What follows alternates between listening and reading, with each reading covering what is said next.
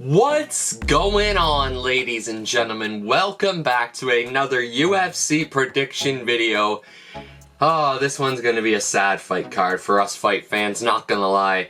As UFC 318 approaches, it's the last fight of the historic career of Dustin Poirier in his hometown of New Orleans as he faces Max Holloway for the BMF belt, the third fight between these guys. Dustin welcomed Max to the UFC, and Max will let Dustin go from the UFC. That is kind of crazy to think about. The journey that these two have been on and how their paths have been so aligned. It's kind of crazy to think about, but here we are. It's the end-all be-all at UFC 318 from Smoothie King Center in New Orleans, Louisiana for the BMF belt. Man, oh man. This is, either way, either way the MMA fan base is going to be upset after this fight because one of these guys has to lose. Is the sad part. One of these guys has to lose, and that's the part that's just like, come on, why? We don't want to see either of these guys lose, but you know it's going to be a great fight at the same time, so it's a bit of a catch-22, but yeah, on today's video, guys, we're going to go through all the way through the pay-per-view fights, all the way to the main event, and yeah, we're going to break each fight down on the pay-per-view. I'm going to give you my picks for UFC 318, live from Smoothie King Center in New Orleans, Louisiana, baby. Let's get it. Man, Michael Johnson's still in the UFC? Holy crap, how old is this guy now? Dude, how old is Michael Johnson now? He's got to be goddamn old. I need to look this up. I'm sorry, I'm kind of getting myself off guard before we start this video, but how old is this guy now?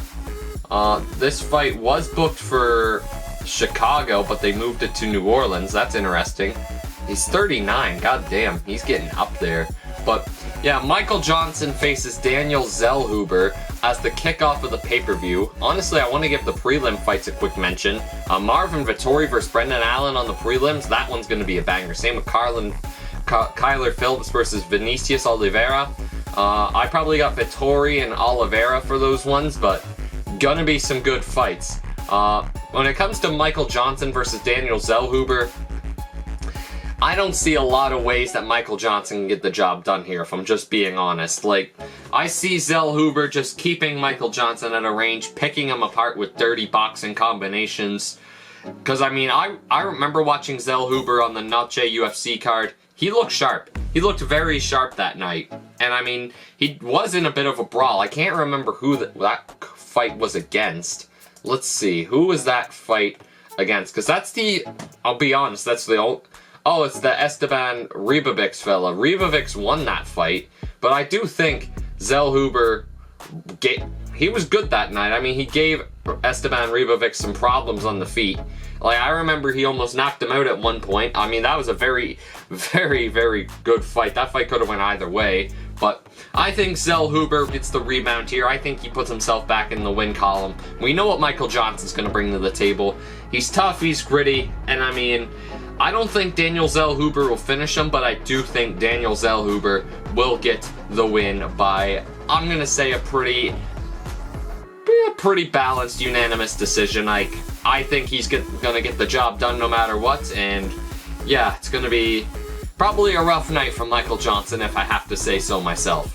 Well, now this is a fun fight at featherweight between Dan 50K Ige, I'm going to point the camera this way a little more, I look a little off-centered, versus Patricio Pitbull. Man, this is a fun fight. These guys are just going to stand and bang the whole time. I mean, I definitely think this is a lot better matchup for Pitbull than Yair Rodriguez was in his entry UFC fight, but I honestly didn't know Pitbull was on this card till I started recording. So, I'm honestly happy. Like, a guy like Pitbull, this is a good spot for him. I mean, especially against a guy like Dan Ige, I think he can pick up a win here. But this is two evenly matched guys who can bang. Like, I don't doubt, like, this is good. Like, this should be an interim BMF belt, if you ask me. Like, Pitbull's a dog. Anyone who remembers UFC, what was it? 303 last year when Dan Ige literally said the day of he'd fight Diego Lopez in place of Brian Ortega. Like,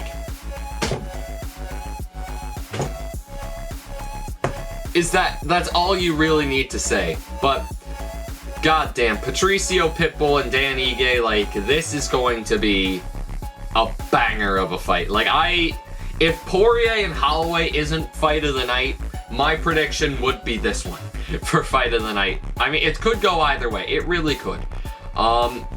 If it goes to the ground, I expect Pitbull to be the much more attacking fighter, the one to seek a submission more. I mean, they're fairly even when it comes to submission finishes too. But personally, how I see this one going is they're just gonna maybe give each other a couple of different concussions in this fight. Overhand rights after overhand rights, 1-2s, hooks. I think there'll probably be about 200 significant strikes each. Like, I really hope this isn't a bad fight now, because I do believe this is going to be one insane bout between these two fighters. This is one I'm really caught up in too, because my head says Dan Ige, but my gut says Patricio Pitbull. I am going to take Pitbull. I'm going to say it's going to be another decision. Like I say, I don't see either of these guys getting finished. They're just too damn tough and too damn skilled not to. So I am going to take Patricio Pitbull to get the win. Maybe by a split decision, but this is going to be a tough fight for both of these guys. I will say that. Well, mid-fight of this pay-per-view. Mid. I just called this fight mid. Not in that way. Like the middle of the pay-per-view. That's what I'm trying to say. This fight is not mid. I mean, I'm just gonna keep that thought to myself. But Kevin Holland faces Daniel Rodriguez, and if Kevin Holland doesn't win, I'm gonna be very surprised. Like, Kevin Holland has come a long way. Didn't he just fight like 4 weeks ago? Or like 6 weeks ago? Didn't he just fight on the Merab and O'Malley card? Like, how many fights does this dude have? There's no way. He did too. He beat Vicente Luque by submission of all things. And he beat Gunnar Nelson earlier in the year. That was back in March. Like, this guy's a dog. This guy is actually a dog. Good old Big Mouth. Do I see Daniel Rodriguez causing Kevin Holland any problems? No, not really. I just think Kevin Holland's going to be too fast, too sharp, and he can pretty much end this fight any way he wants to. I don't know what the odds are. Yeah, there's no odds on this fight yet, but I would assume that Kevin Holland will be a massive favorite. I mean, he's ranked now. Like, I just don't see any way Daniel Rodriguez wins this. He could land a knockout shot. Like, he could. He definitely looks tough. I wouldn't want to mess with him, but I just don't see him beating Kevin Holland. I just don't. I definitely think we'll see a finish in this one. I think Kevin Holland may get a second round TKO or a sub in this one, but I don't think this fight sees a third round. I think Kevin Holland gets the job done in round 2 and takes out Daniel Rodriguez. Well, next up on plate, we have Paulo Costa taking on Roman Kopylov. And I mean, this is an interesting fight on paper, man. This fight could go either way. Like, Paulo Costa could land a significant shot on this guy, and this guy could crumble, but it's a very low chance this fight sees the ground, I say that. I don't see either of these guys trying to shoot for a takedown. Kopylov's actually a pretty big favorite, to be honest. I'm compelled. This fight compels me. Like, Paulo Costa, I'm amazed that he hasn't been the same fighter since the whole Izzy Adesanya thing. Since Izzy did the whole thing, he really hasn't been the same fighter since. He's had some good moments, he's had some up and downs, like the Luke Rockhold win sticks out to mind. Who else has Paulo Costa beat in recent times? I don't want to see the stats, I just want to see, there we go.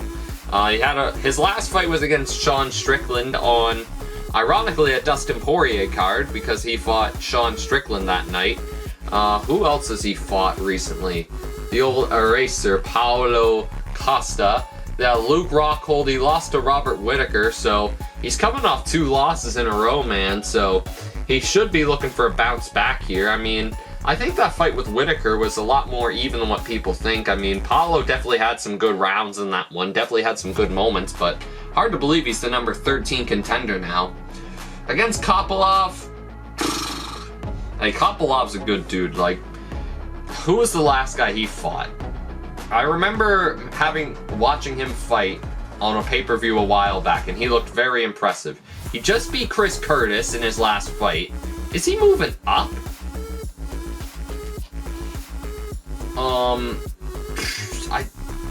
Is he actually moving up? Because that fight would have been at middleweight, wouldn't it? I don't know. He did lose to... Oh yes, he lost to this Hernandez fella. I haven't seen this guy in a while. Anthony Hernandez, where's he been? He fought on a fight night card in February 22nd. That would have been the Seattle card with Cejudo and Song Yadong, I think, but yeah, I don't know, man. Kopylov could easily get the job done here. He's got a reach advantage too, but I could see Paulo Costa just knocking him out in any second. I really do.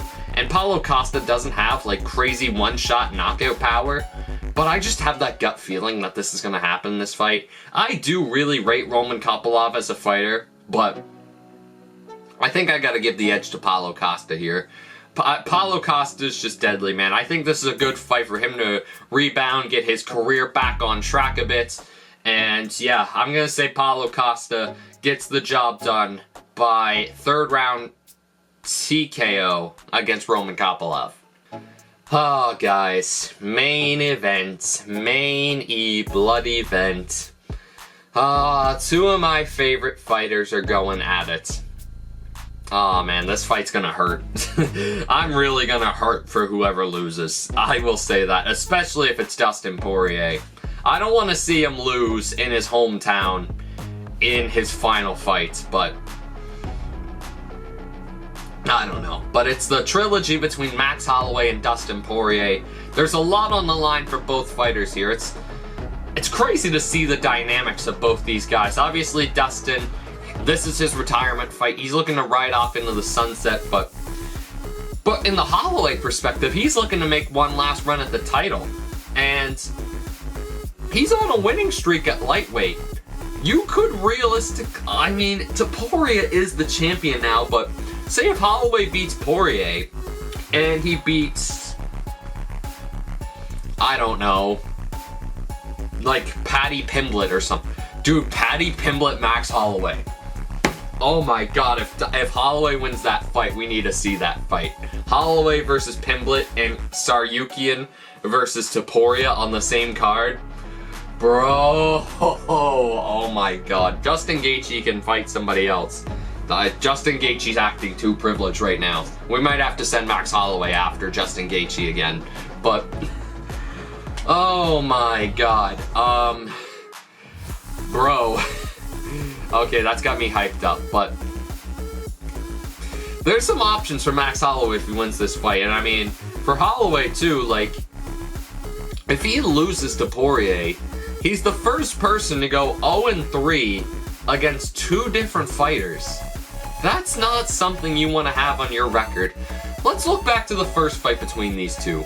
Well, obviously, I should mention this. If you guys don't know, the other fighter Max Holloway went 0-3 against was Volkanovski. If you didn't know, now you know. Sound like Dana White. But anyway, let's go back to their first fight. It was Holloway's debut in the UFC. It was Dustin's like 2nd or 3rd fight. I believe that fight was at the MGM Grand. Holloway won by a 1st round armbar. Max didn't really know jiu-jitsu at that point. Dustin Poirier had probably the first Brazilian jiu-jitsu. I think he was Tim something. He was the first Brazilian jiu-jitsu black belt in Louisiana. I'm pretty sure that was one of Dustin's last fights before he joined ATT. And yeah, so after that, Dustin joined ATT, had the career that he did. Holloway stayed at featherweight, Dustin moved up to lightweight. Then their paths crossed again when Khabib and McGregor were both suspended for the incident at 229, and we needed an interim title holder. So Max Holloway moved up from featherweight to lightweight, and Dustin Poirier met him in the middle. Honestly, this was the night. Well, Max Holloway was always one of my favorite fighters, man. The first pay-per-view that I ever really fully paid attention to was the one where Khabib... Actually, well, I lie a little bit. The first one that I truly wanted to watch was George St. Pierre and Michael Bisping. Because Canadian, you get it. But the first one I truly watched was the one where Conor chucked the dolly through Khabib on the bus. I remember that like it was yesterday, and honestly, the whole thing with Holloway, I really started to adore him. He became one of my favorite fighters in that moment, but that fight in Atlanta with Dustin Poirier, I was like, man, Dustin Poirier's got to be in my top 5, man, too. Like, this guy is someone who's grit, who's hard-earned, who's skilled. Like, they were both tough as nails. Like, that, honestly, that 236 fight card was one of my favorite nights as a fight fan. Those two, like, the main and co-main event between Kelvin Gastelum and Israel Adesanya, and Max Holloway and Dustin Poirier, you can't ask for much more as a mixed martial arts fan. And that second fight could have went either way, man. I mean, I do think Dustin won the fight. It was pretty close, but I would have edged it to Dustin Poirier at the end of the day. Oh man, obviously Dustin went on to challenge Khabib, lost by submission, got back to the title in June of last year, got submitted by Islam Makhachev. I mean, that fight with Islam though, that was so close. That could have went either way, but I want to address this though. This is something I wanted to bring up, particularly for this fight. This is technically a title fight. Technically, it's for a BMF title. It technically is. And Dustin Poirier is 36. Who knows the age limit of title fights and age limits? It's 35. How old is Max Holloway? Max Holloway is 33. Do we know how retirement fights go in the UFC? Usually not well. Usually the storybook ending doesn't happen. I really, really hate to say this, but everything in my gut tells me that Max Holloway is winning this fight.